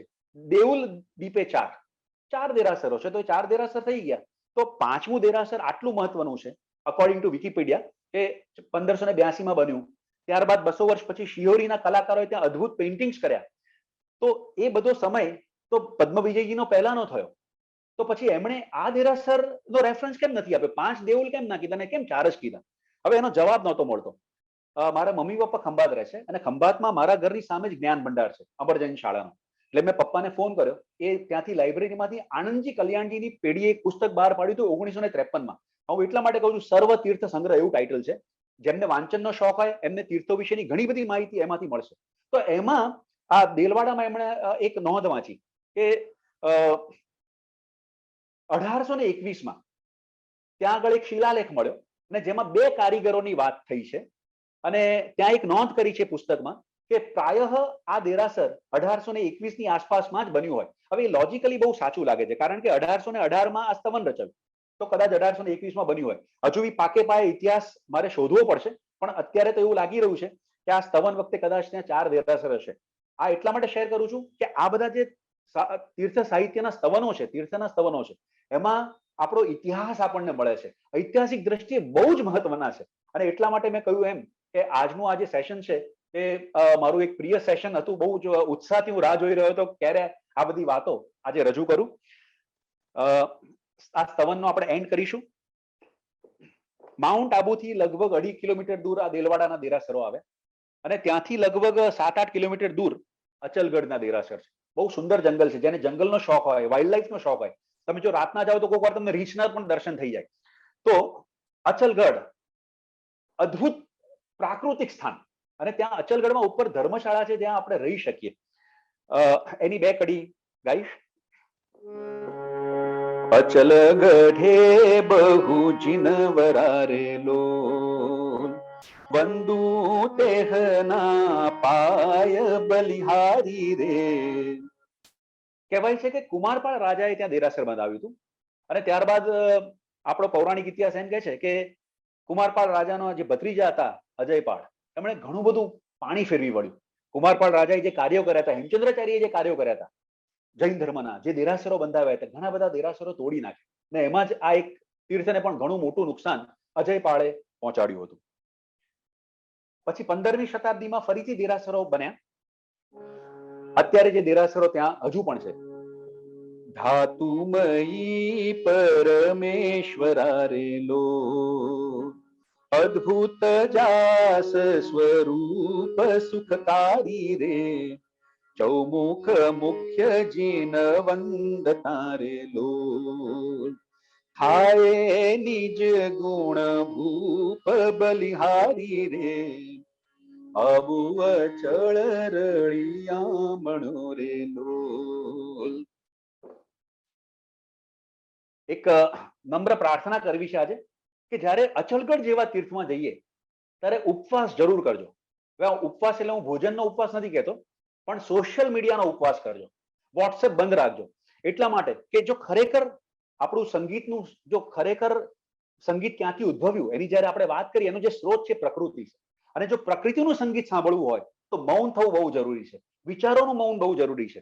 અને અચલગઢમાં જે રાતના અમે જે આકાશ જોયું છે, ત્યાંની જે પ્રકૃતિ જોઈ છે, સવારે વહેલા ઉઠીને પક્ષીઓના જે અવાજ સાંભળ્યા છે, સપ્ત સુરન ત્યાં અમને સાંભળવા મળ્યા હતા. અને ત્યારબાદ જે મૌન ઘટે એ પ્રકૃતિના સંગીત સાંભળતા સાંભળતા એ મૌનની અનુભૂતિ પણ અચલગઢમાં થઈ છે. તો આવા તીર્થોમાં જ્યારે આપ જાઓ તો ચોક્કસ સોશિયલ મીડિયાનો ઉપવાસ ખાસ રાખજો. અને જો આપણી પાસે સમય હશે તો એક સેશન આપણે ત્યાં જે પ્રકૃતિ વર્ણનોના જે ગીતો રચાયા છે, સ્તવનો રચાયા છે, એ વર્ણનો વાળા ગીતોનું પણ આપણે સેશન રાખીશું. ખાલી એક જ મિનિટમાં વાઇન્ડ અપ કરીશ, સમય નથી. રાણકપુર વિશે આજે વધારે વાત નથી કરતો, પણ એના સ્તવન વિશે નાનકડી એક વાત કરી દઉં કે આપણે ત્યાં આપણા જે આચાર્ય ભગવંતો છે, કવિઓ છે, ઓહો એમની વિદ્વત્તાની શું વાત કરવી. અત્યારે હાલમાં નેમિસુરી શાસન સમ્રાટ નેમિસુરીશ્વરજી મહારાજ સાહેબ નો જે સમુદાય છે, એના જે ગચ્છાધિપતિ છે આચાર્ય હેમચંદ્ર સુરીશ્વરજી સુરી મહારાજ સાહેબ, એમણે એક સંસ્કૃતમાં દીર્ઘ કાવ્ય રાણકપુર ઉપર લખ્યું છે, કીર્તિ કલ્લોલ કાવ્યમ. 136 કડીઓ છે અને કેટલા છંદો છે જાણવું છે? ખાલી નામ કહીશું: શ્રદ્ધરા, શાર્દુલ, માલિની, શાલિની, ઉપજાતિ, વસંત તિલકા, અનુષ્ટુપ, ધ્રુત વિલંબિત, આર્યા, ઇન્દ્રવજ્રા, ભુજંગ પ્રયાત, શિખરિણી, મંદાક્રાંતા, ઉપેન્દ્ર વજ્રા. આટલા છંદોમાં આ 136 કડીનું મહાદીર્ઘ સંસ્કૃત કાવ્ય એમણે રચ્યું છે. મને તો થાય, ગયા વખતે સેજલબેન જે તાનસેન ફેસ્ટિવલ્સની તાનારીરી સમારોહની વાત કરતા હતા, તો એવા ફેસ્ટિવલ્સ આપણે ત્યાં બી થવા જોઈએ, દેલવાડામાં થવા જોઈએ, જ્યાં વાજિંત્ર પૂજા પણ હોય, વાજિંત્રો પણ વાગતા હોય સારા કલાકારો આવીને, અને આવી રચનાઓ પણ ગવાવી જોઈએ. તો આ રચનાઓ જીવશે અને લોક જીભે ચડશે અને લોકો સુધી પહોંચશે. એવું જ એક દીર્ઘ કાવ્ય, એક ખંડ કાવ્ય પણ આપણે ત્યાં રચાયું છે. અનફોર્ચ્યુનેટલી મને મળ્યું નથી. જો ક્યારેક મને મળશે તો ચોક્કસ એમાંથી અમુક કડીઓ આગલા સેશનમાં સંભળાવીશ. ગિરનાર ઉપરનું એક ખંડ કાવ્ય છે. આપણા બહુ જ મોટા કવિ ધુરંધર વિજયજી મહારાજ સાહેબ, જેમના સ્તવનોની વાત કરીશ, લગભગ એમને આ ખંડ કાવ્ય રચ્યું છે. એ પણ જો મને ક્યારેક મારા હાથમાં આવશે તો એના વિશે અને આ રાણકપુરના દીર્ઘ કાવ્ય વિશે પણ થોડીક વાત કરશું. ખૂબ આભાર જોનીભાઈ. અને આપણે હવે વધારે લેક્ચર વિશે પછી વાત કરું. સૌથી પહેલા સ્તગધરા છંદમાં આપણા જે બે સ્વાધ્યાયોએ તૈયાર કર્યું છે એમને પ્રસ્તુત કરીએ છીએ. તો સૌથી પહેલા અલ્પાબેન. જય જિનેન્દ્ર. આમૂલા લોલ ધૂલી બહુલ પરિમલા લીઢલોલાલી માલા ઝંકારારાવ સારા મલદલ કમલા ગાર ભૂમિ નિવાસે છાયા સંવાર સારે વર કમલ કરે તાર હારા વિરામે વાણી સંદોહ દેહે ભવ વિરહ વરમ દેહી મે દેવી સારમ. પ્રણામ. પ્રણામ અલ્પાબેન. અને છાયાબેન પણ સ્તગધરા છંદમાં પ્રસ્તુત કરે છે. છાયાબેન. હા, પ્રણામ. અર્હત વક્ત્ર પ્રસૂતમ ગણધર રચિતમ દ્વાદશાંગમ વિશાલમ ચિત્રમ ભવર્થયુક્તમ મુનિગણ વૃષભૈર ધારિતમ બુદ્ધિમત્પિ મોક્ષાગ્રદ્વાર ભૂતમ વ્રતચરણ ફલમ જ્ઞેય ભાવ પ્રદીપમ ભક્ત્યા નિત્યમ પ્રપદ્યે શ્રુતમહમખિલમ સર્વલોકૈક સારમ. પ્રણામ. ખૂબ આભાર અલ્પાબેન અને છાયાબેનનો. જોનીભાઈ, સ્ત્રગ્ધરા છંદ 21 અક્ષર, 7મી અને 14મી અક્ષરે જ્યાં લય આવે છે અને બંને બહેનોએ એ છંદમાં પદ પ્રસ્તુત કર્યા છે, તો આપ એ વિશે થોડીક વાત કરો. સેજલ, મેં આજે શરૂઆતની પ્રાર્થના પણ બહુ મજા આવી. આ બંને હમણાં જે રજૂઆત થઈ છે એ પણ બહુ જ મધુર રજૂઆત છે. તમે વિચાર કરો, શ્રદ્ધરા જેવો છંદ, અને આપણે ઘણીવાર સંગીતની ટ્રેનિંગ વગર પણ જૈનો આજે પણ બહુ સારી રીતના છંદો ગાઈ શકે છે. એનું કારણ આપણે ત્યાં ગાવાની, આજે આપણું જૈન સંગીત છે ને જીવંત છે, એ પ્રેક્ટિકલ આર્ટ જીવન છે. આપણે પ્રતિક્રમણોમાં રોજે રોજ આ છંદો ગવાય છે, અને એ કારણ છે. માત્ર હું આ જે સંસાર દાવા છે એની ખાલી એક કડી ફરીથી ગાઈશ એટલા માટે, કારણ કે આજે મેં મુનિ જીનવિજયજીની વાત કરી.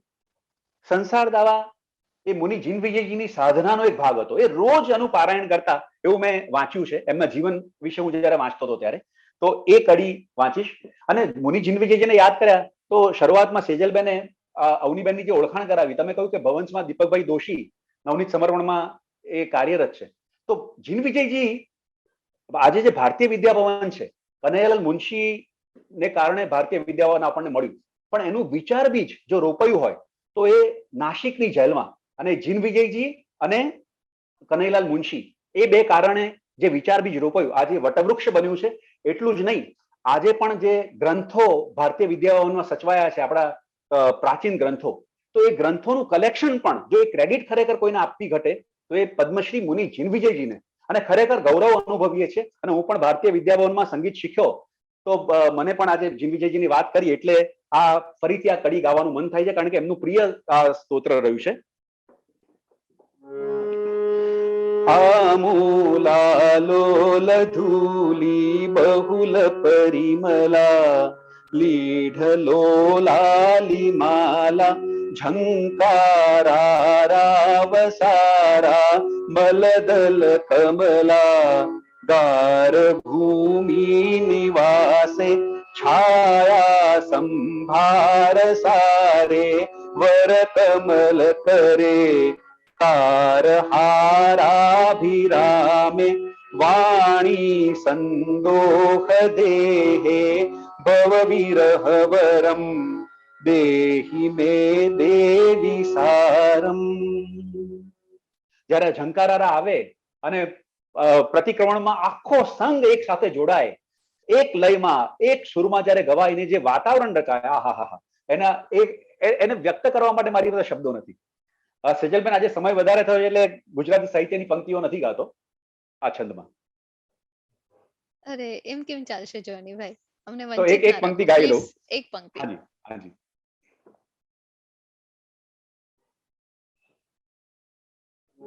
કવિ કાંતની પંક્તિ છે.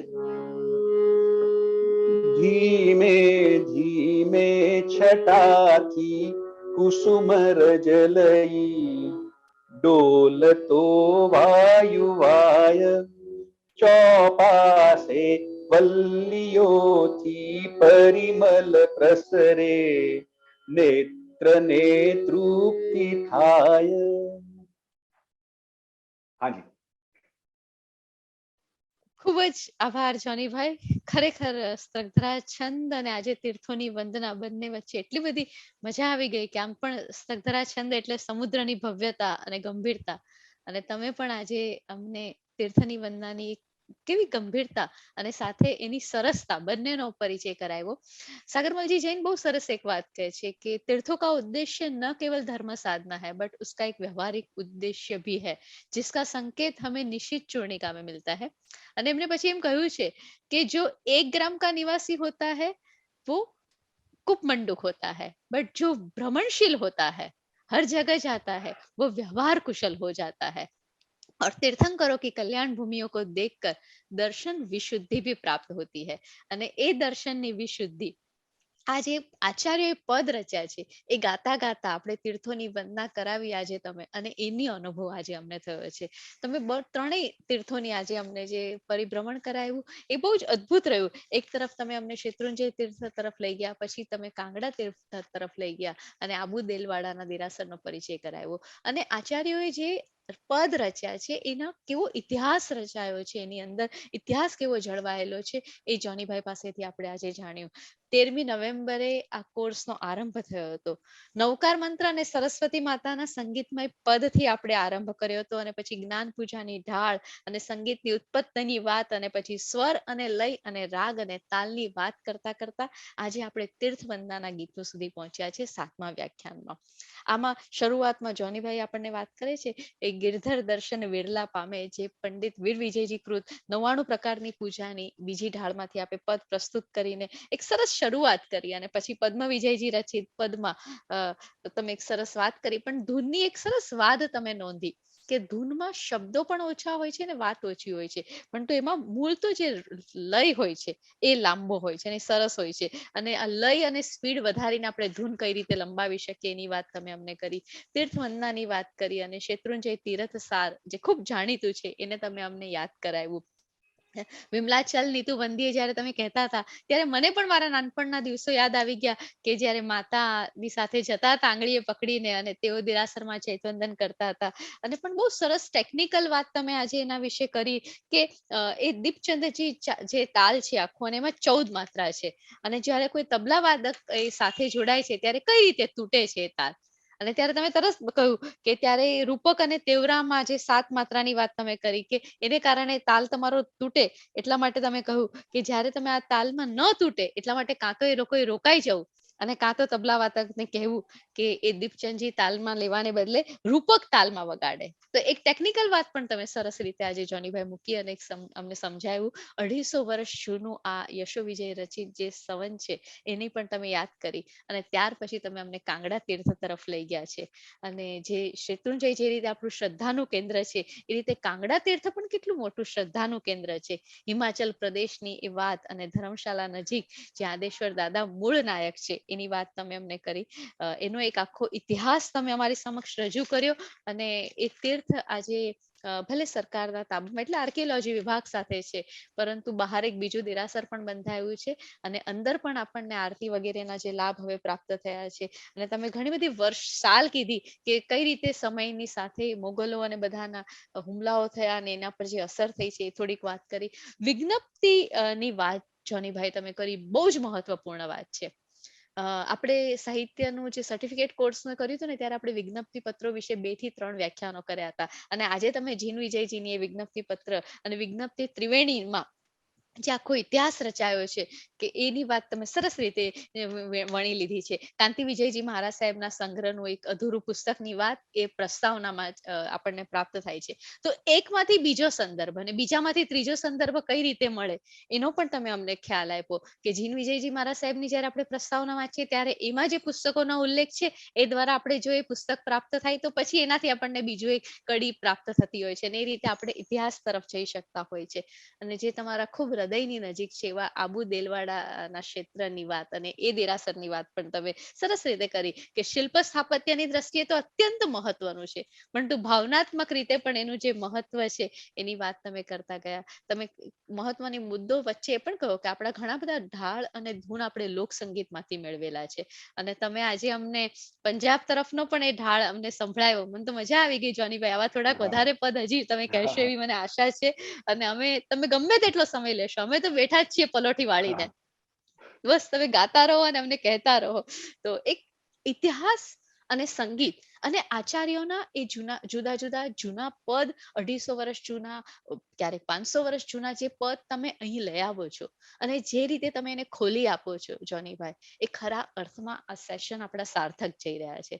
આ માત્ર સંગીતનું એવું એક સેશન નથી જે સાંભળીને ભૂલી જવાય, પરંતુ ના, તમે અમને એ સાંભળીને એ તરફ અભ્યાસ માટે રત કરી રહ્યા છો, અને એના માટે ખાસ હું તમારો અહીં ઉપસ્થિત સર્વ કોઈ વ્યક્તિ અને જૈન સાહિત્ય એકેડેમી ટ્રસ્ટ વતી તમારો ખૂબ આભાર માનું છું, કે તમે બરાબર અમને હળવાશથી, મધુરતાથી, સરસતાથી અભ્યાસ તરફ વાળી રહ્યા છો, અને એ જ સૌથી મહત્વની વાત છે જોનીભાઈ. જોનીભાઈ, કોઈ જ પ્રશ્નો આજે આવ્યા નથી, એટલા માટે હું એક નાનકડો પ્રશ્ન આપને કહેવા માંગુ છું કે છંદની જયારે આપણે વાત કરતા હોઈએ છીએ ને ત્યારે આપણે સતત એમ કહેતા હોઈએ છીએ કે આટલામાં શબ્દે યતિ આવે. હમણાં મેં સ્ત્રગધરામાં પણ કહ્યું હતું કે 7મો અને 14મો અક્ષર યતિ, તો એ થોડીક યતિ વિશે વાત કરીને આપણે આજનું સેશન સમાપન તરફ લઈ જઈએ તો કેમ રહેશે ભાઈ? ચોક્કસ ચોક્કસ. આ પ્રશ્ન ઉત્તર આપું એ પહેલા આ છે ને સમૂહ સ્વાધ્યાય છે, તમે જ શીર્ષક આપ્યું છે સેજલબેન, એટલે એકબીજાનો આભાર માનવાનો કોઈ અર્થ નથી, કારણ કે આ બધા જ સ્વાધ્યાયોને કારણે મારો બી સ્વાધ્યાય થઈ રહ્યો છે ને આ એટલું બધું આમ એટલે મારો સમય પસાર જે થઈ રહ્યો છે, આ જયારે 13મી નવેમ્બરથી હું મારા દિવસો જોઉં છું તો જલસો પડે છે, એમ આપણા શબ્દોમાં કહીએ તો મજા મજા, આનંદ આનંદ. હા, હવે યતિ મારી દ્રષ્ટિએ એક તો જ્યારે લાંબા છંદ આપણે ગાતા હોઈએ તો વચ્ચે શ્વાસ તો લેવો પડે, તો બ્રીધિંગ માટેની એ સ્પેસ છે. બીજું ઘણીવાર એ સુંદરતા માટેની પણ સ્પેસ છે. એ તમે કન્ટિન્યુઅસ બોલ બોલ કરો ને તો સામેવાળો કંટાળી જાય, એને સમજાય બી નહીં કે તમે શું કહેવા માંગો છો. તો એ પોઝ એ જરૂરી છે. તો બ્રીધિંગ પોઝ, એ ઉપરાંત સુંદરતા માટેનો પોઝ, અને એટલા માટે આ યતિની વ્યવસ્થા હોય એવું મારું માનવું છે. પણ સેજલબેન તમે એકચ્યુઅલી વધારે એમાં એ કરી શકો સાહિત્યની દ્રષ્ટિએ. તમે એકદમ પરફેક્ટ કીધું જોનીભાઈ કે એ અર્થની દ્રષ્ટિએ, બ્રીધિંગની દ્રષ્ટિએ અને સુંદરતાની દ્રષ્ટિએ ત્રણેય રીતે આવશ્યક છે. અને ખરેખર તો ત્યાંથી એ લોકોને એક જુદો રાગ પણ આપી શકતા હોય છે. હા, પણ સરસ વાત કીધી જોનીભાઈ. આજનું સેશન તમારી આજ્ઞા સાથે આપણે અહીંયા પૂર્ણતા તરફ લઈ જઈએ એ પહેલા જોનીભાઈએ જે પદ આજે વિવિધ ગાયા ને એમાં એક બહુ સરસ પંક્તિ હતી, ધાતુમહી પરમેશ્વરા રે લોલ. આ બહુ સાચી વાત છે કે ધાતુમહી જેમ પરમેશ્વર છે ને, પણ એ પરમેશ્વરને પોતાના પદથી આચાર્યોએ જીવંત કર્યા, અને આજે આ મંચ ઉપર પોતાના સગાન સાથે, પોતાની સંગીત સાથે જોનીભાઈ ફરીથી એકવાર જીવંત કરી રહ્યા છે, અને આપણે સૌ એનો આનંદ લઈ રહ્યા છીએ. એ આનંદ સાથે આપણે બસ અહીંયા વિરમીએ છીએ. ફરી પાછા આવતા શનિવારની જોનીભાઈ અમને રાહ રહેશે, અને ફરી પાછું હા. તમને એક નવા વિષય સાથે મળશું. આભાર ભાઈ. જી. પ્રણામ.